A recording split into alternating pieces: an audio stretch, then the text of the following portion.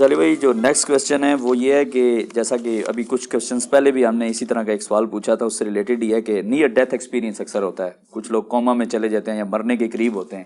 بعض لوگ یہ اپنے اکثر یہ یوٹیوب پہ بہت ساری ایسی ویڈیوز ہیں کہ جس میں لوگ اپنے ایکسپیرینس شیئر کرتے ہیں. کوئی ٹنل سے گزر ہے، وہاں پہ روشنی ہے، کسی کرسچن کو بالکل مرنے کے ٹائم چرچ نظر آ رہا ہے، ہندو کو مندر اور مسلمان کو اسلام مسجد، مشرکین اور اس کو ہم کیسے لیں گے؟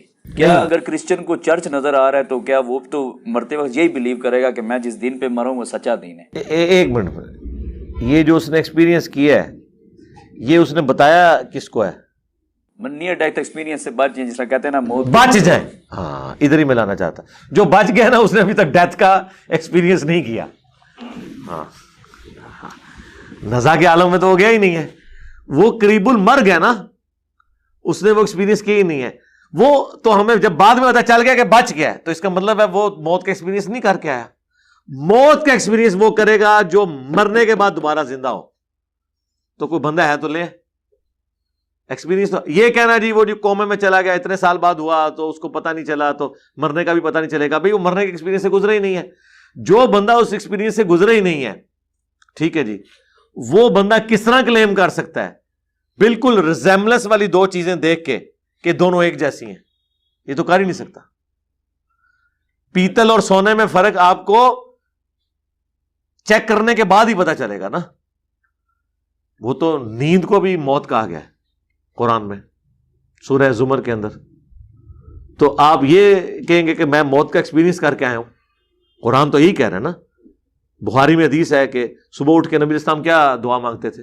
الحمدللہ الذی احیانا بعد ما اماتنا. تمام تعریفیں اس کے لیے جس نے مرنے کے بعد دوبارہ زندہ کیا. تو مرنے کا ایکسپیرینس تو آپ روزانہ کر رہے ہیں. تو اگر کوئی بندہ مر رہا ہے اسے کوئی اور بندہ دیکھ رہا ہے تو وہ بندہ اس وقت بول رہا ہے کہ سرکار تکلیف سے وہی گزر رہا ہے. ہاں جو کہتے ہیں نا جناب کہ جی ہم دل و جان سے آپ کے ساتھ ہیں. سرکار جب آپ لا علاج ہو کے بیڈ کے اوپر پڑے ہوئے ہوں گے نا، آپ کی اولاد، آپ کے ماں باپ، کوئی آپ کا بخار بھی نہیں شیئر کر سکتا کہ حضرت ایک دن کے لیے آپ کی تکلیف میں کاٹ لیتا ہوں، دوسرے دن کے لیے میرا کزن کاٹ لے گا، تیسرے دن آپ کی بیوی کاٹ لے گی. نہیں، تکلیف اسی بندے نے کاٹنی ہے. کوئی دوسرا دیکھ کے کیا بتا سکتا ہے کسی کے بارے میں؟ اور تیسری بات یہ ہے، یہ ہر فرقے والا کہتا ہے جی مردے وقت انہوں نے کلمہ پڑھ لیا سی، تو کیا بریلوی ان کا ایمان مان لیں گے؟ وہ کہیں گے کلمہ تو پڑھا ہے لیکن وہ اسی طرح کا کلمہ ہے جو وہ عام زندگی میں پڑھتے تھے. تو موت کے وقت کو انہوں نے اپنا عقیدہ تو صحیح نہیں کر لیا. تو سرکار پھر اس کو اپنے پہ بھی لگا لیں کہ اگر کوئی بریلوی مرتے وقت کلمہ پڑھ رہا ہے تو اس کا یہ مطلب نہیں ہے کہ اس نے شرک کرنا چھوڑ دیا، یا کوئی دیوبندی مرتے وقت کلمہ پڑھ رہا ہے تو اس نے امام حنیفہ کی تقلید کرنی چھوڑ دی ہے. وہ اسی کے اندر رہتے ہوئے کلمہ پڑھ رہا ہے. تو یہ جو ہے نا کہ جس کا آخری کلام لا الہ الا اللہ ہوا، ٹھیک ہے، یہ جو فیصلے ہیں یہ آخرت میں ہونے ہیں، دنیا میں آپ نہیں کر سکتے. اور یہ جو کہتے ہیں نا یہ تو ہو ہی نہیں سکتا کہ ساڑھے فرقے دا نہیں ہے، وہ کلمہ کیسے پڑھ سکتا ہے؟ سرکار ہر فرقے میں موجود ہے. پہلے یہ کہتے تھے لاشیں بزرگوں کی سلامت نکلتی ہیں، یار آپ تو وہابیوں کی لاشیں سلامت نکل آئی ہیں، وہ کیا کریں گے آپ؟ چلو باقی تو جنتی ہیں، وہابی تو ہے ہی گستاخ تھوڑی نظر. کتنے کشمیر میں مجاہدین جو جماعت الدعوہ کے شہید ہوئے ہیں ان کی لاشیں صحیح نکلی ہیں، تو کیا اس دن سے بریلویوں نے اہل حدیث کو صحیح مان لیا؟ پتہ ہے وہ کیا کہیں گے؟ پہلے تو کہیں گے جھوٹ ہے، دوسرا کہیں گے ہو سکتا ہے آخری وقت جو بریلوی ہو گیا ہوئے. بس وہی گل ہے. وہ پروفیسر احمد فیق اختر صاحب ایک علاقے کا کوئی واقعہ سنا رہے تھے، ہمارے استاد ہیں، ہم نے ان سے بھی اکتساب کیا ہوا ہے. وہ کہنے لگے کہ کسی جگہ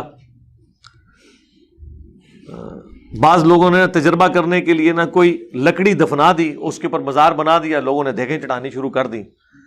کچھ عرصے بعد اس نے کہا یہ میں نے سوشل ایکسپیریمنٹ کیا تھا کہ بھائی اس طرح ہی مزار بن جاتے ہیں. انہوں نے کہا نہیں ادھر بزرگ دفن ہے. انہوں نے کہا اچھا بزرگ اگر نہ نکلے؟ ان کا جی ہو ہی نہیں سکتا. ان کا جی اگر نہ نکلے، ان کا جی نہ نکلے تو ہم آپ کی بات صحیح مان لیں گے، اپنا فرقہ چھوڑ دیں گے. اس نے کھودا بیچ میں سے گیلی لکڑی کی نکال لی. انہوں نے کہا ہاں آپ بتاؤ. انہوں نے کہا نہیں بات آپ کو سمجھ نہیں آئی، یہ بزرگ جو ہے نا اس وقت بے حرمتی کے ڈر سے لکڑی کی شکل اختیار انہوں نے کر لی ہے. اور سمجھا لو انہوں. اور یہ میں بتاؤں اس طرح کے جو بہانے ہیں نا یہ قرآن میں اللہ نے نقل کیے ہیں. اللہ تعالیٰ فرماتا ہے کہ یہ کہتے ہیں نا کہ آسمان سے قرآن ان کے سامنے نازل ہو اور یہ اپنے ہاتھوں سے اس کتاب کو چھوئیں کہ یہ آسمان سے نازل ہوئی ہے، تب بھی یہ ایمان نہیں لے کے آئیں گے اگر ہم نازل کر بھی دیں۔ اب ہونا تو چاہیے تھا کہ کافر پینا ڈال کے بیٹھ جاتے کہ یا اللہ ایک بار کرتے صحیح۔ اللہ نے بھی اس کا جواب دیا ہے کہ جب ہم یہ کریں گے نا، یہ ہاتھ سے چھو بھی لیں گے۔ سورہ الحجر میں، سورۃ الانعام میں، تو یہ کہیں گے کہ یہ چھوا تو ہے لیکن یہ ہماری نظروں پہ جادو ہو گیا ہے، اصل میں ایسا نہیں ہو رہا۔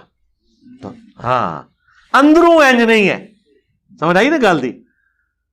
ہم لوگ کہتے ہیں یار خدا کے لیے آپ لوگ ہم پہ الزام لگا رہے ہو کہ ہم جو ہے وہ ہمیں کوئی سعودیہ فنڈنگ کر رہا ہے یا ایران فنڈنگ کر رہا ہے، تو بتاؤ کوئی ویگو ڈالا نیچے کھڑا ہوا ہے، کوئی V8 کھڑی ہوئی ہے؟ جن علماء کی وجہ سے آپ ہم سے لڑ رہے ہیں ان ساروں کے نیچے تو یہی گاڑیاں ہیں، تو ہمیں تو آپ سے پوچھنا چاہیے کہ آپ کے علماء کو کہاں سے فنڈنگ آتی ہے؟ یا وہ کرتے ہیں یا آپ کے چندے کھا رہے ہیں وہ، کیونکہ کاروبار تو یہ کوئی نہیں کر رہے الا ماشاء اللہ۔ میں ساروں کی بات نہیں کرتا۔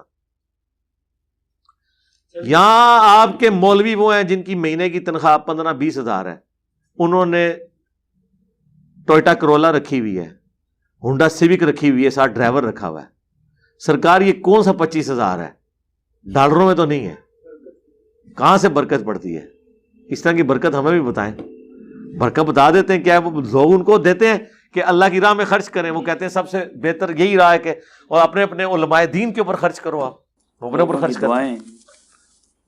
اسلام آباد میں کتنے علماء جو سائیکل پہ آئے تھے جب مدرسے بنایا، آج ان کے نیچے گاڑیاں ہیں، اور جو ڈگری ہولڈر بچے ہیں بے روزگار پھر